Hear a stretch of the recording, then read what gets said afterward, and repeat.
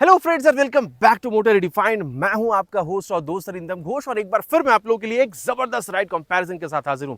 जी हां दोस्तों, भले ही 150 सीसी या फिर 160 सीसी आप लोगों को दिख रही हो यहां पर ऑल न्यू बजाज पल्सर 150 या फिर होंडा एसपी 160 में, लेकिन पावर फिगर्स कह लीजिए या फिर प्राइस अगर आप लोग देख रहे हैं तो काफी हद तक दोनों में आप लोगों को मिलती जुलती समझ में आएगी, जिसकी वजह से एक वैलिड कंपैरिजन तो बिल्कुल बनता ही है। और टाइटल थंबनेल से भी आप लोगों ने समझ ही लिया होगा, वीडियो के दौरान मैं आप लोगों के साथ इन दोनों ही बाइक की एक जो डिटेल राइड कंपैरिजन है वो मैं आप लोगों के साथ शेयर करूंगा, ताकि देखिए दोस्तों, मैं आप लोगों को फीचर, प्राइस, स्पेसिफिकेशन, माइलेज के बारे में तो बताऊंगा ही, लेकिन मेन मुद्दा रहेगा चलाते वक्त दोनों बाइक आप लोगों को राइड एक्सपीरियंस कैसा निकाल कर दे सकती है, ताकि एंड तक आप लोगों को क्लियर आइडिया मिल जाए कि भाई यहाँ पर पल्सर 150 खरीदनी है या फिर एसपी 160 खरीदनी है। दोस्तों आगे बढ़ने से पहले very special thanks to OSL, Bajaj Thakurpukur and leaders on the Taratola for providing me these bikes, ताकि मैं आप लोगों तक की राइड कंपैरिजन पहुंचा सकूं। वेस्ट बंगाल के हावड़ा हुगली कोलकाता में अगर आप रहते हैं, होंडा या फिर बजाज की प्रोडक्ट आप खरीदना चाहते हैं, शोरूम्स का कॉन्टैक्ट बिल्कुल कर सकते हैं। डिटेल्स भी आपको आपकी स्क्रीन पर दिख गई होगी। तो चलिए दोस्तों शुरू करते हैं। दोस्तों राइड पे चलने से पहले मैं आप लोगों के साथ छोटी सी इसकी एक वॉक अराउंड शेयर करूंगा, लेकिन ये भी बता दूं कि इसकी डिटेल कंपैरिजन की जो वीडियो आप लोगों को चैनल पर मिल जाएगी, लेकिन आज मेन फोकस रहेगा राइड पे। लेकिन उससे पहले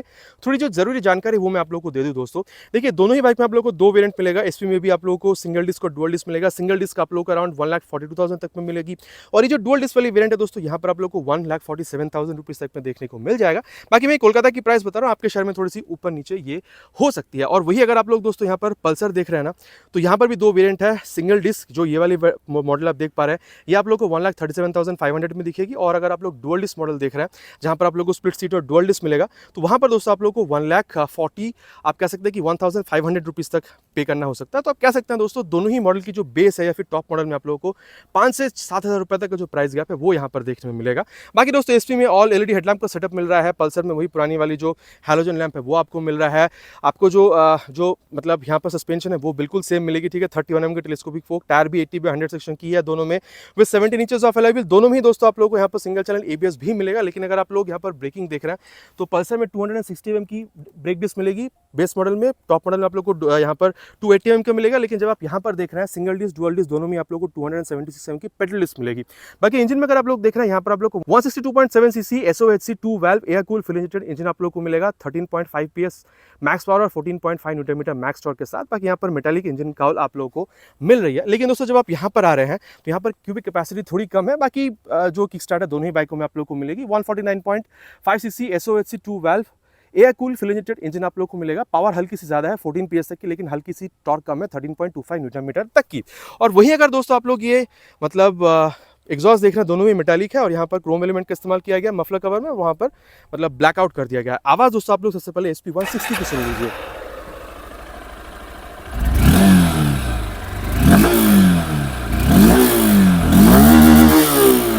बाकी दोस्तों ये यहाँ पर छोटे छोटे हमारे जो भाई हैं यहाँ पर विचरण कर रहे हैं। और यहाँ पर दोस्तों आप लोगों ने एसपी की आवाज़ सुन लिया। अब दोस्तों यहाँ पर जो बजाज 150 है पल्सर, वो भी आवाज़ आप सुन लीजिए।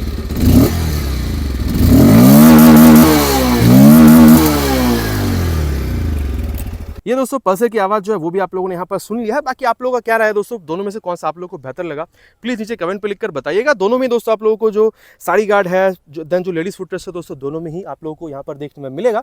एसपी में दोस्तों आप लोगों को 130/70 सेक्शन की tyre with 70 inches of alloy wheel मिलेगी। लेकिन यहाँ पर जो बेस मॉडल है 100/90 सेक्शन की टायर, और टॉप मॉडल में दोस्तों 120/80 सेक्शन की टायर आप लोगों को मिलेगी with 70 inches of alloy wheel. बाकी यहाँ पर 130 mm की आप लोगों को ड्रम ब्रेक मिल रही है विद RLP सेंसर। लेकिन यहाँ पर दोस्तों आप लोगों को चीज़ें सही मिलेगी। यहाँ पर 220 mm की जो पेडल डिस्क है ये मिल रही है। लेकिन दोस्तों जब आप इसकी टॉप मॉडल पे जाते हैं डुअल डिस्क वाले मॉडल में, तो यहाँ पर भी आप लोग को 230 mm की ब्रेक डिस्क देखने को मिलेगी। बाकी यहाँ पर आप लोग को एंड्योरेंस के जो डुअल हाइड्रोलिक शॉक अब्जॉर्बर है वो मिल रही है। लेकिन एसपी में दोस्तों आप लोग को यहाँ पर ये जो मोनोशॉक सस्पेंशन है एडजस्टेबल वाली, ये आप लोग को यहाँ पर मिल रही है। सीट हाइट दोस्तों पल्सर में आप लोग को 785 और यहाँ पर आप लोग को 796 की मिलेगी। बाकी कुशनिंग कैसी है वो मैं आप लोग को आगे चलते हुए बताऊंगा। लेकिन दोनों में दोस्तों अगर आपकी हाइट 5'2" तक की है, आराम से आप मैनेज कर पाएंगे। यहाँ पर 12 लीटर की टैंक, पल्सर में 15 लीटर की टैंक, और दोनों में ही 45 mm तक की जो माइलेज है वो भी आप बिल्कुल यहाँ पर एक्सपेक्ट कर सकते हैं। साथ ही दोस्तों अगर आप लोग यहाँ पर दोनों में ग्राउंड क्लियरेंस देख रहे हैं 165, 177, और वेट अगर आप लोग देख रहे हैं, single disc 139, dual disc 141 kilogram, और इसकी सिंगल डिस्क आप लोग को 148 और डुअल डिस्क आप लोग को 150 किलोग्राम दिखेगी। तो मतलब 9 किलोग्राम तक की फर्क है अगर आप लोग दोनों ही मॉडल को यहाँ पर देख रहे हैं, ठीक है। और वही दोस्तों अगर आप लोग यहाँ पर इसकी मीटर कंसोल पे आ रहे हैं, तो भाई कंप्लीटली आप लोगों को जो digital meter console with Bluetooth connectivity आप लोग को मिलेगी। बाकी टर्न बटन नेविगेशन भले इस्तेमाल ना कर पाए, लेकिन कॉल SMS अलर्ट, फोन की बैटरी स्टेटस, सिग्नल स्ट्रेंथ सब कुछ आप यहाँ पर इस्तेमाल कर पाएंगे। देन यहाँ पर दोस्तों एक और अपडेट है, कंपनी ने यहाँ पर जो मोबाइल चार्जिंग पोर्ट है वो भी डाल दिया है, जो आप लोग यहाँ पर एसपी में नहीं दिख रही है। बाकी दोस्तों स्पीडो, ओडो, टैको, ठीक है, average fuel economy, distance temperature वगैरह चीज़ आप लोग यहाँ पर भी बिल्कुल देख पाएंगे। और साथ ही अगर मैं बताऊँ दोस्तों तो turn button navigation, call SMS तो आप यहाँ पर नहीं इस्तेमाल कर पा रहे, लेकिन यहाँ पर आप देख सकते हैं जो टर्न सिग्नल है और हाई बीम, लो बीम, पास लाइट का स्विच आप यहाँ पर इस्तेमाल कर पाएंगे। बाकी टर्न सिग्नल यहाँ पर है और इसको टॉगल करने के लिए एम का बटन आप लोग को मिल रहा है। और डुअल हॉर्न है दोस्तों, काफ़ी ज़ोर से बजती है। इंजन किल स्विच और यहाँ पर इंजन ऑन करने का स्विच आप लोगों को मिल रहा है। और यहाँ पर दोस्तों दोनों ही मॉडल में यहाँ पर जो मतलब जो रियर व्यू है, मिरर कैसी परफॉर्म कर रही है, आगे इसके बारे में बात करेंगे।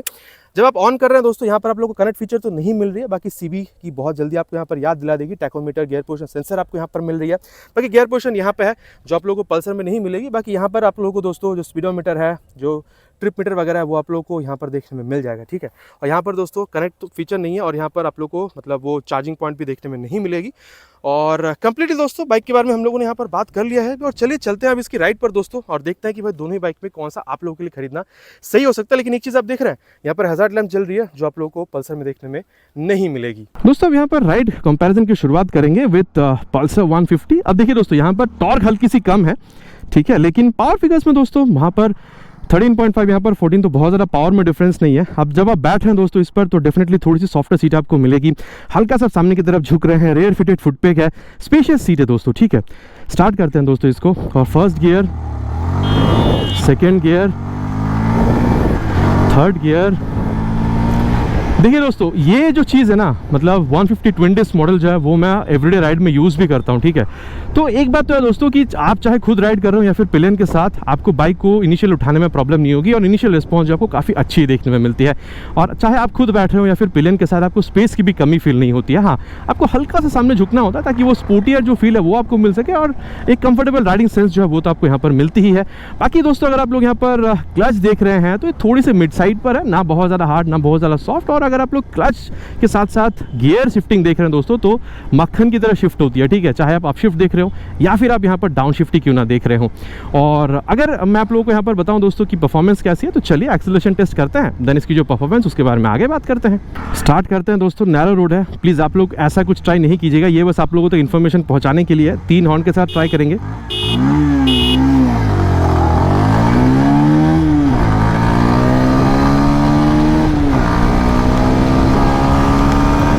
0 to 60 आप लोगों ने देख ली है।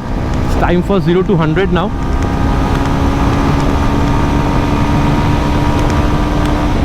और ये भी इसने आराम से पार कर लिया। देखिए दोस्तों 0 to 60, 0 to 100 ये आराम से अचीव कर जाती है। मैं ये कहूँगा दोस्तों 85-90 तक तो मतलब बहुत इजीली पार करती है, ठीक है। जब 100 तक आप जाते हैं ना तो हल्की सी वो मतलब स्पीड अचीव करने में थोड़ा सा समय लेती है। तो ये दोस्तों काफ़ी बेहतरीन आप कह सकते हैं कि ओवरऑल जो परफॉर्मेंस है आपको यहाँ पर देखने में मिलेगा। अब मैं कह सकता हूँ दोस्तों 85 तक जब आप जा रहे हैं ना तो भाई आप लोगों को यहाँ पर हल्का सा वाइब्रेशन समझ में आएगा। बाकी दोस्तों मैं ये कहूँगा कि अगर आप लोग कंफर्टेबल क्रूजिंग स्पीड देख रहे हैं ना 80-90 तक अगर आप लोग देख रहे हैं तो हाईवेज पर भी अगर आप राइड कर रहे हैं आराम से आप बहुत कम वाइब्रेशन के साथ 90 तक भी अगर आप देख रहे हैं ना तो आराम से आप राइड कर पाएंगे। बाकी दोस्तों स्टेबिलिटी की प्रॉब्लम यहाँ पर नहीं है। बाकी हाँ, अगर आप लोग ट्विन डिस्क वाली मॉडल पर जाते हैं तो वहाँ पर आप लोगों को कहीं ना कहीं स्टेबिलिटी थोड़ा और बेहतरीन महसूस बिल्कुल हो सकता है, ठीक है। और अब दोस्तों अगर ब्रेकिंग के बारे में बात करी जाए तो सिंगल डिस्क है और सिंगल चैनल एबीएस भी है। तो पहले दोस्तों इसकी जो फ्रंट ब्रेक है उसको 60 पे टेस्ट करेंगे, ठीक है। ये 60 पे अप्लाइड। अब दोस्तों मैं एक बात कहूँ, मुझे 150 ट्विन डिस्क चलाने का आदत है, लेकिन उससे यहाँ पर ना ब्रेकिंग मतलब जो एफिशिएंसी बहुत ज़्यादा चेंज आपको समझ में नहीं आएगी, ठीक है। मैं कह सकता हूँ कि हल्की सी यहाँ पर ये जो आप ब्रेक डिस्क देख रहे हैं थोड़ा सा आपको मिड साइड पर मिलेगा। तो आप ज़्यादा अगर पुल करेंगे तो अच्छे से अच्छा जो ब्रेकिंग रिस्पांस है फ्रंट ब्रेक में से अच्छी तरीके से ब्रेक अप्लाई होती हुई आपको दिखेगी। बाकी दोस्तों अगर आप लोग देख रहे हैं ट्विन डिस्क में आप लोगों को हल्की सी बेहतरीन ब्रेकिंग परफॉर्मेंस जो है इसके मुकाबले देखने में मिल सकता है, लेकिन यहाँ पर भी काफ़ी सही है। और दोस्तों अब इसकी रियर में आप लोगों को जो ड्रम ब्रेक है वो मिलेगा, तो इसको भी दोस्तों टेस्ट करेंगे, ठीक है। यहाँ पर 50 तक ले चलते हैं और अप्लाइड। ये देखिए आप आराम से दोस्तों मतलब अगर आप लोग देख रहे हैं तो प्रोग्रेसिव नेचर की है, जैसे मैं हर वीडियो में अमूमन कहता हूं, और इसको सही आप अप्लाई करेंगे दोस्तों। मतलब अगर आप रियर के संग बाद फ्रंट ब्रेक अप्लाई करेंगे ना तो और अच्छा ब्रेकिंग परफॉर्मेंस देखने को मिलेगा, जो एक बार टेस्ट करके देखते हैं दोस्तों, ठीक है। 50 पे rear with front brake applied. ये देखिए ये सबसे बेस्ट होता है दोस्तों। मतलब कई बार ऐसा होता है ना कि रियर ब्रेक जैसे आप करते हैं तो रियर टायर फिसल जाती है, उससे रोकने के लिए ये जो तरीका है काफ़ी कारगर है। पहले रियर ब्रेक अप्लाई कर दीजिए, देन संग बाद फ्रंट ब्रेक को, तो ये काफ़ी अच्छी तरीके से दोस्तों यहाँ पर ओवरऑल ब्रेकिंग भी आप लोगों को देखने को मिल जाएगी। और अगर दोस्तों आप लोग मतलब इसकी सस्पेंशन के बारे में बात करेंगे फिर ओवरऑल हैंडलिंग की, तो ये जब आप कर रहे हैं ना दोस्तों, वेट जो है 148 भले ही आपको मिल रही हो, लेकिन दोस्तों चलाते वक्त बिल्कुल भी फील नहीं होती है।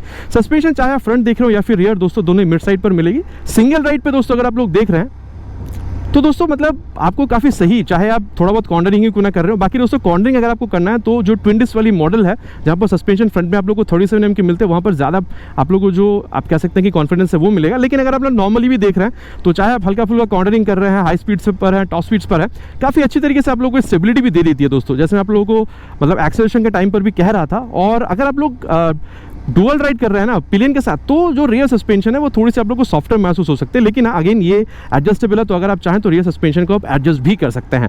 और फन टू राइड बाइक है दोस्तों, यहाँ पर रियर व्यू जो मिरर है काफ़ी अच्छा रियर व्यू भी निकाल कर देती है।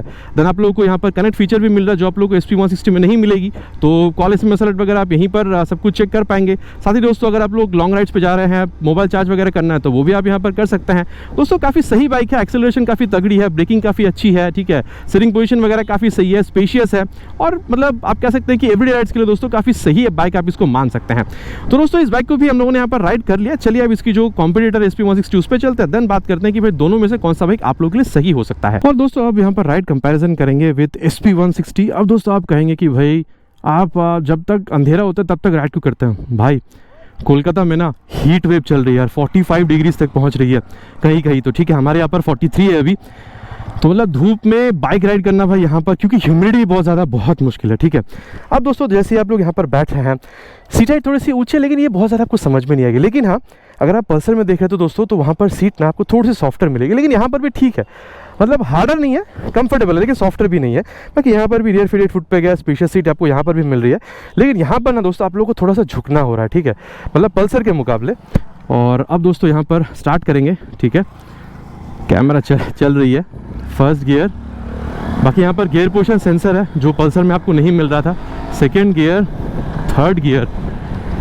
अब देखिए दोस्तों एक बात तो है कि देखिए मतलब पावर में बहुत ज़्यादा तो डिफरेंस यहाँ पर नहीं है, 0.5 की डिफरेंस है, कम है यहाँ पर, लेकिन टॉर्क जो है ना वो कहीं ना कहीं आप लोगों को यहाँ पर थोड़ी सी ज़्यादा दिख रही है।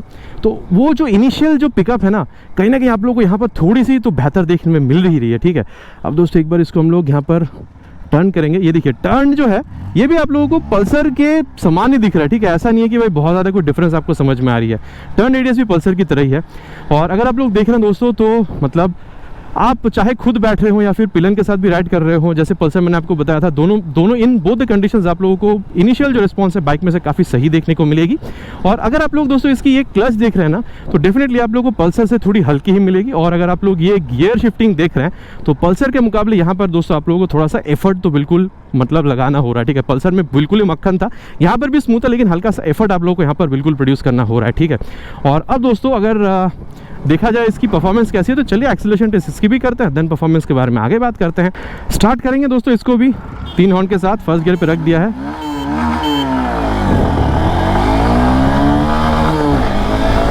$60 तक यहाँ पर ये पहुँच चुकी है। रोड जहाँ तक हमें अप्लाई मतलब अलाउ करे दोस्तों वहाँ तक खींचेंगे इसको। 85 और लेट्स सी 100 ये कितने सेकंड्स में अचीव कर पाती है।